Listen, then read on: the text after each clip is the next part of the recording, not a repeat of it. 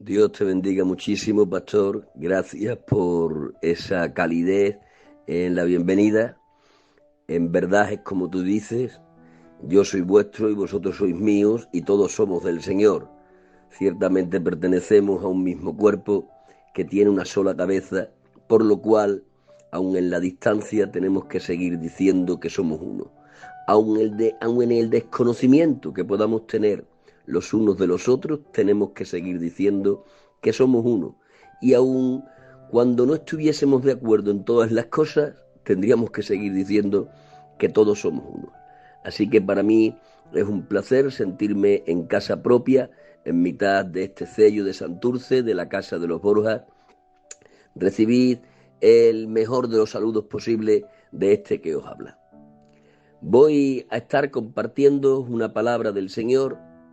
Es lo que he sentido en mi corazón en última instancia para predicaros, y espero que el sentimiento de mi corazón esté hoy alineado con el corazón del Señor. Si realmente yo decidí conforme a la voluntad de Dios, lo que os voy a compartir, sin dudas, os hará bien. Y si acaso no os hace bien, no señaléis a Dios, sencillamente fui yo que una vez más me equivoqué en la decisión. Pero confío en que el sentimiento que fluyó en mi corazón sea el sentimiento del Señor. Mirad, el texto que voy a usar para compartiros lo que tengo en el corazón se encuentra en el libro del Génesis, en el capítulo 24. Vamos a estar leyendo desde el verso 14 en adelante y hasta el 20. Dice así la palabra del Señor. Sea pues que la doncella a quien yo dijere, baja tu cántaro, te ruego, para que yo beba, y ella respondiere, bebe, y también daré de beber a tus camellos, que sea esta la que tú has destinado para tu siervo Isaac. Y en esto conoceré que habrás hecho misericordia con mi Señor. Y aconteció que antes que él acabase de hablar, he aquí Rebeca, que había nacido a Betuel, hijo de Milca, mujer de Nacor, hermano de Abraham, la cual salía con su cántaro sobre su hombro. Y la doncella era de aspecto muy hermoso, virgen, a la que varón no había conocido, la cual descendió a la fuente y llenó su cántaro y se volvía. Entonces el criado corrió hacia ella y dijo, te ruego que me deje beber un poco de agua de tu cántaro. Ella respondió, bebe, señor mío, y se dio prisa a bajar su cántaro sobre su mano y le dio a beber. Y cuando acabó de darle de beber, dijo, también para tus camellos sacaré agua hasta que acaben de beber. Y se dio prisa y vació su cántaro en la pila y corrió otra vez al pozo para sacar agua y sacó para todos sus camellos. Que Dios bendiga su palabra en cada uno de vuestros corazones. Cuando concebí este mensaje, le puse un título, y el título que le puse fue La señal de los colaboradores. De esto os quiero predicar hoy, del hecho de que el ser colaborador de Dios implica llevar una señal que nos distingue. Mirad, para contextualizar lo que acabo de leer, ya sabéis que esto ocurre cuando Abraham, el patriarca, manda a su siervo más preciado, Eleazar, a buscar mujer para su hijo Isaac. Abraham estaba preocupado en buscar una esposa colaboradora para Isaac, a fin de que esa esposa colaboradora apoyase y facilitase el proyecto de Dios con su hijo Isaac. Ya sabéis vosotros que el proyecto de Dios con Isaac era un proyecto de una graduación de carácter universal.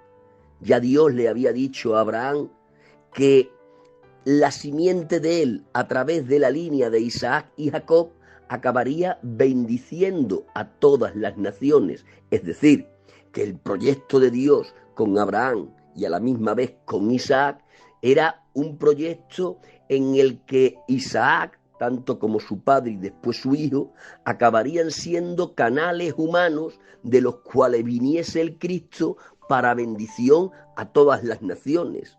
Es decir, no decimos nada descabellado cuando decimos que el proyecto de Dios con Isaac era un proyecto de carácter universal. Y el santo Abraham está ahora preocupado para buscar una esposa colaboradora para su hijo Isaac, a fin de que ésta apoyase y facilitase ese proyecto de Dios con él. El anciano patriarca sabía de las complejidades del matrimonio y también sabía que si una esposa no cumplía con su rol de colaboradora, el proyecto de Dios se podía echar a perder. Era importante que la mujer de Isaac fuese una colaboradora del proyecto que Dios tenía con ellos. Por esto es que Abraham no encomienda la tarea de buscar esposa para Isaac a cualquiera. Él le encomienda esta tarea de búsqueda de esposa colaboradora a su criado más fiel, Eleazar. Y Eleazar, cuando recibe esta comisión de parte de Abraham, se empeña en lo que Abraham le ha encomendado. Y se empeña queriéndolo hacer bien. Él sabe que lo que su Señor le ha encomendado es de suma importancia y por eso quiere hacer las cosas bien. Y para hacer las cosas bien y no equivocarse en la elección, es que Eleazar, al llegar al lugar donde tiene que encontrar a la doncella, se pone a orar con Dios. ¿Para qué? Para que a través de una señal Dios sea el que le haga saber a él cuál es la elegida. Es decir, que Eleazar se pone de rodillas ante el Señor y en otras palabras le viene a decir: Dios de mi amo Abraham, ya sabes lo que se me ha comisionado y yo no me quiero equivocar. Y para no equivocarme en la elección, en esta oración pongo una señal que sea la que a mí me clarifique que eres tú el que está eligiendo a la esposa colaboradora para el hijo de mi amo, Abraham. Y la señal que pone Eleazar para no equivocarse es que la doncella elegida sea aquella que le dé a él lo que él le pida y lo que no le pida también. Subrayen esto, porque esta es la señal de los colaboradores. La señal de los colaboradores es que son capaces de entregar lo que se les pide y lo que no se les pide también. Esta es la señal verbalizada que le ha puesto Eleazar a lo que es Dios, que la elegida sea aquella doncella que me dé lo que le pida, pero que además me dé lo que no le pida también. Mirad, por ir entrando en el cuerpo del mensaje, tengo que deciros en esta tarde, querida iglesia, que Dios en este tiempo tan crítico que estamos viviendo está buscando a cristianos y a cristianas que estén dispuestos a dar lo que Dios les pida y lo que no les pida también. Solo estos puntúan para ser verdaderos colaboradores de Dios. Los colaboradores de Dios tienen sobre sí esta señal. Son capaces de dar lo que Dios les pide y lo que no les pide también. Eliezer, volviendo al texto que nos ocupa, le pidió agua para él, pero Rebeca le dio lo que le pidió, agua para él, y lo que no le pidió también, agua para sus camellos. Esto no era una tarea cualquiera. El contexto del texto que hemos leído nos enseña que Eleazar traía con él a 10 camellos. Y yo leí en cierta ocasión, no recuerdo en qué lugar, que un camello es capaz de beber 135 litros de agua en 13 minutos. Si multiplicamos 10 camellos por 135 litros de agua que son capaces de beber, tenemos que la doncella sacó 1.350 litros de agua. Esto conlleva un plus de sobreesfuerzo. Y lo que realmente te enamora de esto es que lo entregó sin que nadie se lo pidiese, porque vuelvo a reiterar, Eliezer le pidió agua para él, tan solo para él. Pero Rebeca, que tiene la señal de los colaboradores, no solo le da lo que le pide, agua para él, sino que le da lo que no le pide también, agua para sus camellos. Esta es la señal de los colaboradores de la que hoy te quiero predicar.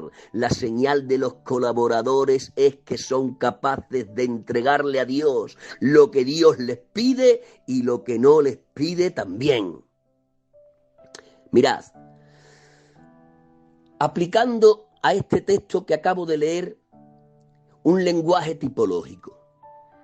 Cuando a este texto le aplicamos un lenguaje de símbolos, llegamos a la conclusión de que Abraham aquí está siendo un tipo de Dios el Padre. Isaac está siendo un tipo de Dios el Hijo. Eleazar está siendo un tipo de Dios Espíritu Santo. Abraham representa al Padre, Isaac al Hijo, Eliezer al Espíritu Santo. Después de la repartición de estos papeles en plan tipológico, hago una pregunta. ¿A quién representa entonces Rebeca? Indudablemente a la iglesia. Si Abraham representa al Padre, e Isaac representa al Hijo, y Eliezer representa al Espíritu Santo, sin dudas, Rebeca representa a la iglesia. ¿A qué iglesia? A la iglesia colaboradora del proyecto de Dios, a la iglesia colaboradora del proyecto de Dios, que es capaz de dar lo que Dios le pide y lo que no le pide también. Queridos hermanos, la iglesia, nosotros, somos la esposa de Jesús, que debe de ejercer como colaboradora de Él en el desarrollo y desdoblamiento del proyecto de Dios. El proyecto de Dios comienza con Jesús y Jesús es el que lo consuma, pero el desarrollo y desdoblamiento de ese proyecto lo puso Jesús en la mano de la iglesia. Es la iglesia, vuelvo a reiterar, la esposa del Cordero, que debe de ejercer como la colaboradora del mismo en el desarrollo y en el desdoblamiento del proyecto de Dios. El apóstol San Pablo dijo que nosotros como iglesia somos los miembros del cuerpo del que Cristo es la cabeza. ¿Qué relación tiene el cuerpo con la cabeza anatómicamente hablando? Sencillamente que ejecuta las órdenes que la cabeza da. Es por eso que la esposa del Cordero debe de estar ejerciendo como esa colaboradora que es capaz de desarrollar y desdoblar el proyecto que Dios le encomendó. Pero escuchad bien, solo puntúan para ejercer como colaboradores de Dios aquellos y aquellas que estén dispuestos en este tiempo a dar lo que Dios les pide y lo que Dios no les pide también. Dios, en este tiempo, por dejarme entender lo digo, está buscando a aquellos a los que le quitan la capa y son capaces de regalar la túnica. Recuerdan el texto sobradamente. Le han quitado la capa con violencia, pero no se enoja ni intenta recuperarla. ¿Qué va? Aquel que le quitó la capa con violencia, se quita la túnica y se la regala. Dios está buscando a aquellos a los que le quitan la capa, pero que son capaces de regalar la túnica.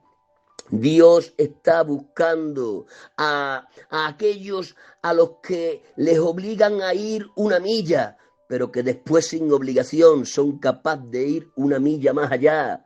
Recordaréis que el contexto de esa palabra que dijo Jesús se encontraba envuelto en una legislación que imperaba en el Imperio Romano. En el Imperio Romano, si uno tenía la ciudadanía romana, podía obligar, podía exigir a uno que no la tuviese a que le llevase la carga, la maleta, el equipaje durante una milla. Eso estaba legislado. Es decir, que yo romano veía a uno que no lo era y le obligaba necesitaba que llevase mi equipaje conmigo durante una milla. Eso era por obligación. Pero Dios está buscando a aquellos que no simplemente hacen lo obligado, sino lo devocional también. Dios está buscando a aquellos que no solo son capaces de llevar por obligación la carga una milla, sino que por devoción son capaces de llevarla una milla más allá. A estos son a los que está buscando Dios en este tiempo, a los que tienen la señal del colaborador verdadero, que son capaces de entregar lo que Dios les pide y lo que Dios no les pide también. Mirad, por expresar de otra manera lo que os estoy predicando, los mejores valientes del ejército de Dios no son los que obedecen las órdenes, sino los que sin órdenes hacen lo que no se les pidió. Dejadme volver a repetir esto. Los mejores valientes del ejército de Dios no son los que obedecen las órdenes, sino los que sin órdenes hacen lo que no se les pidió. Por ilustrar esto, por proyectar un poco de luz sobre esto último que os digo, dejadme usar a esos tres que se destacaron de entre los más destacados de Israel. ¿Recordáis vosotros que David tenía un ejército excepcional, pero dentro de ese excepcional ejército tenía a 30 que se destacaban? Se les llamaban los 30 valientes. Pero estos 30 valientes tenían en su grupo a 3 que se destacaban de los 27 restantes. De eso el texto sagrado, cuando tiene que hablar de los 30 valientes y tiene que enumerarnos a los más destacados de ellos, dice: y el fulano fue un valiente, pero no como los 3 primeros. Y el mengano fue otro valiente, pero no como los 3 primeros. Y el perantano fue otro valiente, pero no como los 3 primeros.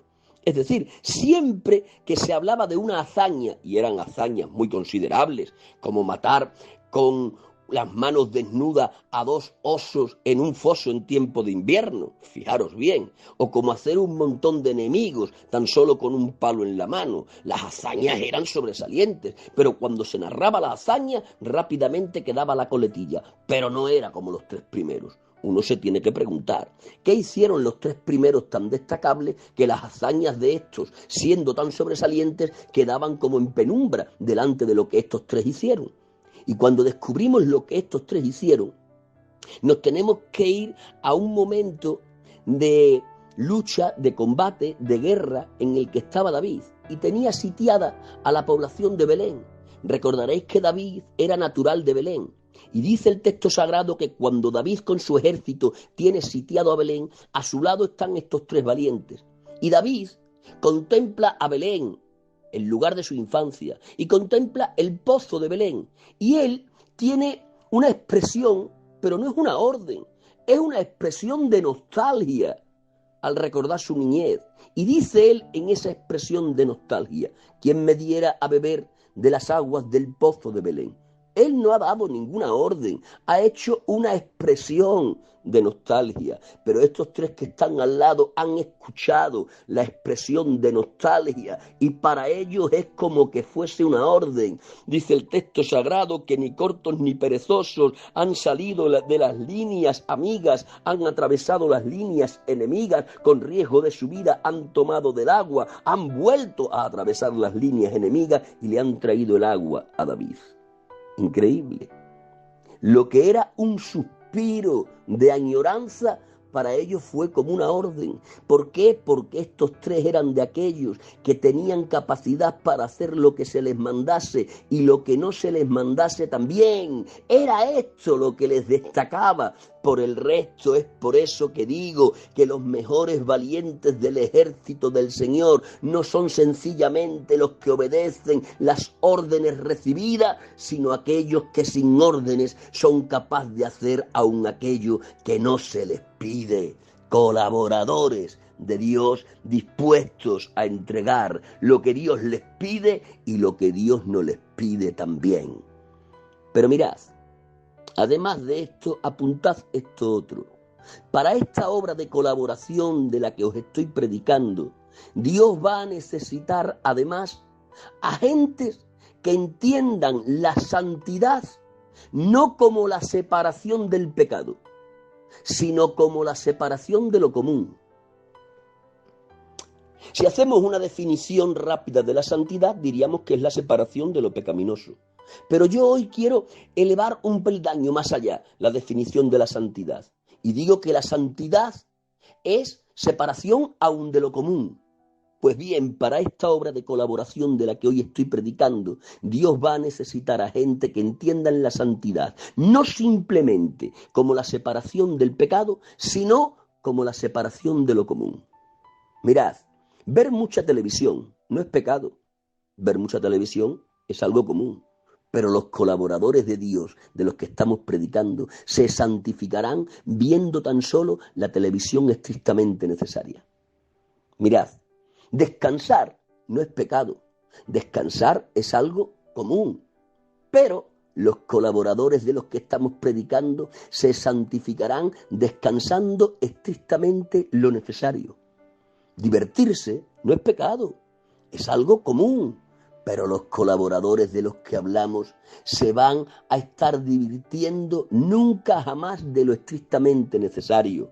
Mirad, trabajar mucho para tener mucho no es pecado, es algo común, pero los colaboradores de Dios se santificarán trabajando tan solo aquello que les sea necesario, porque Dios está buscando a colaboradores que no simplemente entiendan la santidad como separación del pecado, sino como separación de lo común.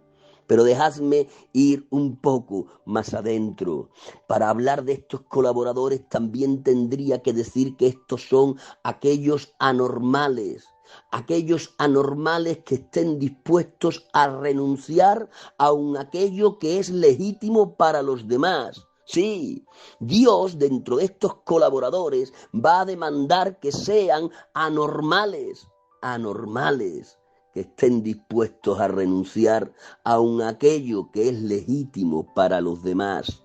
Mirad, para ilustrar esto último que estoy diciendo, dejadme tomar al grupo selecto de los 12 del Cordero. Los 12 del Cordero, con San Pedro como portavoz de ellos, les dijeron en cierta ocasión a Jesús: Maestro, nosotros hemos dejado a padres, hemos dejado a madres, hemos dejado a las mujeres, hemos dejado a nuestros hijos y aún hemos dejado nuestros negocios. Oigan, ¿y por qué dejáis todo esto? Si todo lo que acabáis de enumerar es legítimo. ¿Es que no es legítimo atender a un padre? Digo, claro que sí. ¿Es que no es legítimo atender a una madre? Digo, por supuesto que sí. ¿Es que no es legítimo atender a la mujer y a los hijos? Digo, indudablemente sí. Más digo, ¿no es legítimo atender al negocio? Y digo, por supuesto que sí. Pero sin embargo ellos dejaron lo legítimo, atender a padre. Dejaron lo legítimo, atender a madre. Dejaron lo legítimo, atender a mujer y a hijos. Dejaron lo legítimo, atender a los negocios. ¿Por qué? Porque ellos fueron un paso más allá. Ellos eran los que tenían la señal indisfractible de los colaboradores. Ellos fueron más allá aún del mandamiento. Estos 12 eran de esta clase de anormales que están dispuestos a renunciar aún aquello que es legítimo para los demás. Querida iglesia, estos dieron lo que se les pidió y lo que no se les pidió también. Dejadme ir resumiendo lo que os estoy predicando. Solo aquellos que dan lo que no se les pide, solo aquellos que entienden la santidad como la separación de lo común, solo aquellos que son anormales, que renuncian aun aquello que es legítimo para todos los demás, solo estos son los que puntúan para hacer las obras mayores. Recordaréis aquellas palabras enigmáticas de Jesús a los 12 cuando les dijo: obras mayores que yo haréis. Obras mayores que tú haremos. Supongo que el corazón y la mente de los 12 se llenó de un sinfín de interrogantes. ¿Cómo se pueden hacer obras mayores que tú? Tú has andado sobre las aguas, tú has resucitado a muertos, tú has limpiado a leprosos, tú has dado de comer a más de 5.000 con unos pocos de panes y unos pececillos. Tú eres aquel que ha hecho lo que nunca jamás nadie ha hecho. Y ahora nos dices a nosotros, tristes pescadores, obras mayores que yo haréis. Hay unas obras mayores que se hacen en el poder del Espíritu Santo en mitad del seno de la iglesia, cuando la iglesia entiende que es la esposa del Cordero, que ejerce como colaboradora de él para desarrollar y desdoblar el proyecto de Dios. Y esas obras mayores tan solo las podrán realizar aquellos que estén dispuestos a dar lo que se les pide y lo que no se les pide también, aquellos que son capaces de entender la santidad no solo como la separación del pecado, sino como la separación de lo común, aquellos que son capaces de adoptar una actitud de anormales, que renuncian incluso a aquello que es legítimo para los demás. Esto está buscando el Señor de nosotros en este crítico tiempo que nos tocó vivir. Mirad, os decía, en relación a lo que os estoy predicando, hay, bajo mi criterio, 3 clases de creyentes. Están los que no hacen lo que Dios les manda. Están los que se limitan a hacer lo que Dios les manda. Y están los que van más allá de lo que Dios les manda. A estos últimos son a los que Dios está buscando en este tiempo. Sé que es un mensaje de exigencia. No os lo predico solo a vosotros, me lo estoy predicando también a mí. Pero yo hoy no quiero ser de esos creyentes, por supuesto, que no hacen lo que Dios les manda. Ni tan siquiera me quiero limitar a ser de los creyentes que hacen lo que Dios les manda, sino que yo quisiera con vosotros esforzarme para llegar un poco más allá, para ir una milla más allá, para entregar la capa cuando nos quiten la túnica. A mí me gustaría ser de aquellos que son capaces de ir más allá de lo que Dios les manda. Mirad, queridos hermanos, la historia de Dios con el hombre se ha escrito con lápices humanos que estaban dispuestos a ir más allá de lo que Dios les mandaba. La historia de Dios con el hombre se escribe con lápices humanos que estuvieron dispuestos a ir más allá de lo que Dios les mandó. Lápices humanos como Noé, como Abraham, como Jacob, como José, como Ruth, como Moisés, como Ezequiel, como Jeremías, como Daniel, como San Pablo. ¿Quién no se acuerda de aquel extraordinario lápiz humano en la mano del Señor llamado Moisés? Aquel que era capaz de hacer un transatlántico tierra adentro, esperando algo que nunca jamás había pasado. ¿Era eso ir un poco más allá de lo establecido? Hazte un transatlántico tierra adentro. Es normal hacer un barco en un puerto, pero tierra adentro, y más esperando un acontecimiento que nunca antes había pasado, porque la lluvia todavía no había ocurrido. Lápices humanos como Abraham, que es capaz de dejar la tierra y la parentela, que es capaz de dejar al padre, es capaz de dejar al sobrino que era como un hijo y aun a los hijos propios. Eso le dijo Dios: Abraham, deja la tierra y deja la parentela. Y el padre de la fe empieza a crecer en esa fe, sale de la tierra y poco después empieza a desprenderse de la parentela. Tiene que dejar a su padre enterrado en Harán, y enterrando a su padre tiene que continuar al mandamiento que Dios le llamó. Pero después de haber dejado a su padre enterrado en Harán, dice la Escritura que se tiene que separar de su sobrino Lot, que era como un hijo propio. Pero después de aquello tiene que echar de la casa a un hijo propio que fue Ismael, y después matar en el corazón al segundo, que era Isaac. Dios de mi vida, ¿no era eso ir un poco más allá de lo demandado? pero no solo hablaría de Noé y de Abraham, les podía hablar de Jacob, aquel que padece un destierro de 20 largos años, sencillamente por alcanzar la primogenitura que anheló en su corazón. Pero tendríamos que hablar de ese José de la túnica de colores, que pasa por una esclavitud y por una cárcel y por un olvido para alcanzar a cumplimentar los sueños que el Señor le entregó. Pero ¿qué diríamos de esa Ruth que sin ser del pueblo de Israel se hizo destacada entre todas las israelitas? ¿Recuerdan aquella que era su cuñada, a Orfa? Cuando las cosas se ponen como se ponen, que mueren todos los varones de aquella casa, ¿qué hace Orfa? Besa a su suegra y se va. ¿Qué es lo que ha hecho? Lo justo. ¿Estaba mal? No, pero era lo justo. Ella no fue un poco más allá. Orfa besa a su suegra y se va. Hace lo que toca, lo justo, pero Ruth es capaz de ir una milla más allá. Ella se queda y va una milla más allá con su suegra. Por eso pudo entrar a ser parte de la genealogía del Salvador. Pero ¿qué me diríais de Moisés? Ese que en un momento crítico de su vida tiene que hacer una decisión que le cambió el futuro. Tuvo que menospreciar los placeres del palacio de Faraón para abrazar el vituperio del pueblo del Señor, pisando barro y haciendo ladrillo. Tuvo que decidir en un momento, dejando los placeres que el palacio le entregaba para abrazar el vituperio de un pueblo de esclavos. Pero lo hizo. ¿Por qué? Porque pertenecía a esos que tienen la señal del colaborador. ¿Pero qué me diréis de Ezequiel? Os pregunto yo, ¿no es legítimo guardar luto si te se muere la mujer? A Ezequiel se le muere la mujer y Dios le dice, ni suspires. No solo no te pongas los lutos, es que no te permito ni suspirar. No es legítimo enlutarse y suspirar si te falta tu mujer. Pues claro que sí, pero Ezequiel es de esa clase de colaboradores que renuncian aun aquello que es legítimo para los demás. Pero ¿qué me decís de Jeremías? Al que le dice Dios, no te cases ni tengas hijos en este lugar.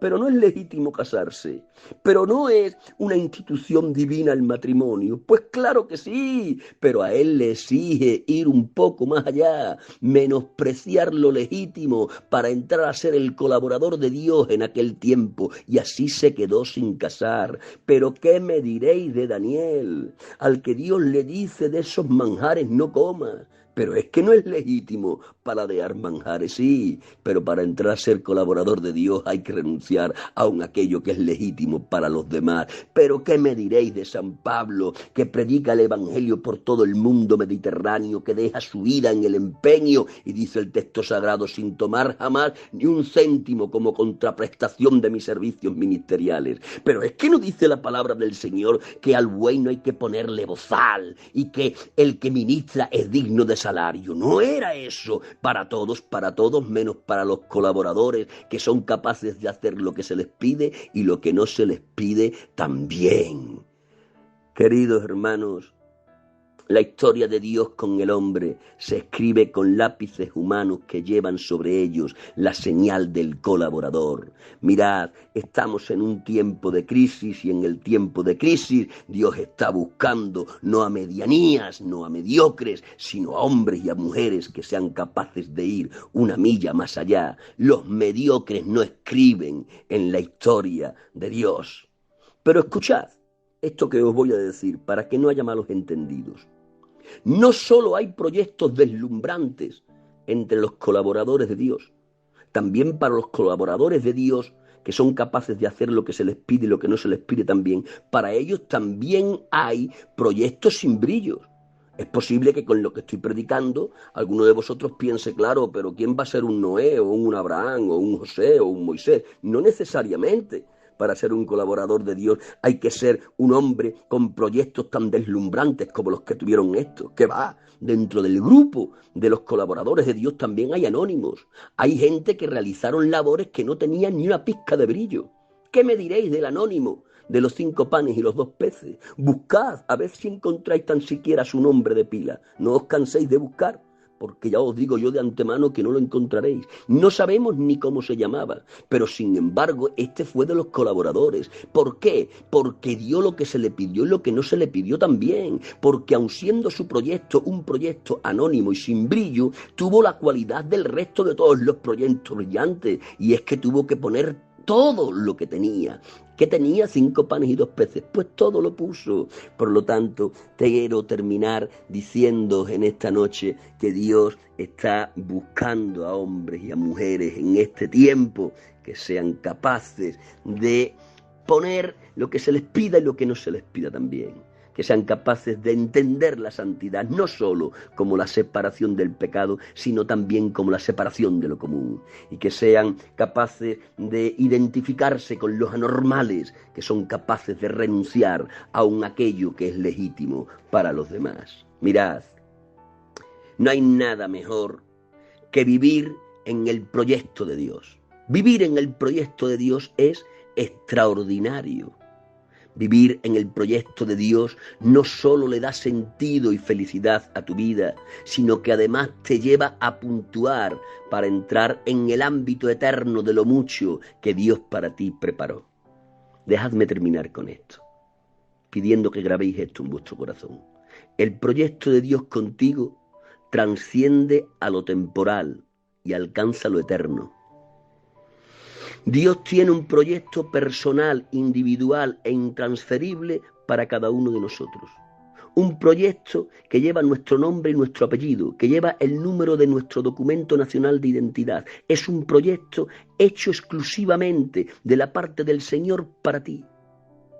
Pero ese proyecto, ese plan, ese propósito que Dios para ti ha preparado, no termina en la tumba, trasciende a la tumba. No solo tiene que ejecutarse en el ámbito de lo terrenal y temporal, sino que seguirá ejecutándose en el ámbito de lo eterno y de lo celestial. Recordaréis aquella parábola que compuso nuestro Señor, cuando dice que un terrateniente llamó a 3 de sus criados y a uno le dio 5 talentos y a otro le dio 3 talentos y a otro le dio 1 talento y los mandó a negociar y les dijo: de que yo vuelva echaremos cuenta a ver qué réditos habéis ganado con lo que os he entregado. Y cuando volvió, bendijo al de 5 y al de 3. Y tanto a uno como a otro le dijo: en lo poco has sido fiel, en lo mucho te pondré. ¿Por qué le va a poner en lo mucho? Porque ha sido fiel en lo poco. ¿Qué es lo poco? La parte del proyecto terrenal y temporal. ¿Qué es lo mucho? La parte de ese mismo proyecto, solo que celestial y eterno. Hay un proyecto para ti que no tiene fin, pero Dios, para que entres en él, está esperando que adoptes la señal de los colaboradores. La señal de los colaboradores, que es capaz de entregar lo que se le pide y lo que no se le pide también. Tengo este mensaje de exigencia para ti hoy, a fin de que seamos capaces de entregar el agua que pidió Eliezer, pero también el agua para los camellos que no nos pidió, porque esa es la señal que Eliezer le puso a Dios, que la elegida para el hijo de mi amo sea aquella que me dé lo que le pida y lo que no le pida también. Nuestro Señor Jesucristo tiene una esposa que somos nosotros, y en este tiempo tenemos que ser esa esposa colaboradora que sea capaz en este tiempo de desarrollar y desdoblar el proyecto de Dios. El proyecto de Dios que comenzó y consumó nuestro Señor en la cruz necesita un desarrollo y un desdoblamiento en el tiempo actual, y eso lo ha puesto en las manos de la Iglesia, eso lo ha puesto en las manos de la Rebeca actual. Somos nosotros, pero que esa señal que Eliezer, el Espíritu Santo, pidió se haga verdad en nosotros, a fin de entrar plenamente en el proyecto que Dios para nosotros diseñó. Dios os bendiga muchísimo. Esto es lo que tenía para entregaros. Pido al Espíritu Santo que añada lo que yo por mi torpeza fui incapaz. Pido al Espíritu Santo que sea una semilla que nos cele para ir un poco más allá de hasta donde hoy estamos yendo, para crecer 1 centímetro más que la medida que hoy tenemos. Dios os bendiga muchísimo. Hasta otra oportunidad que el Señor permita.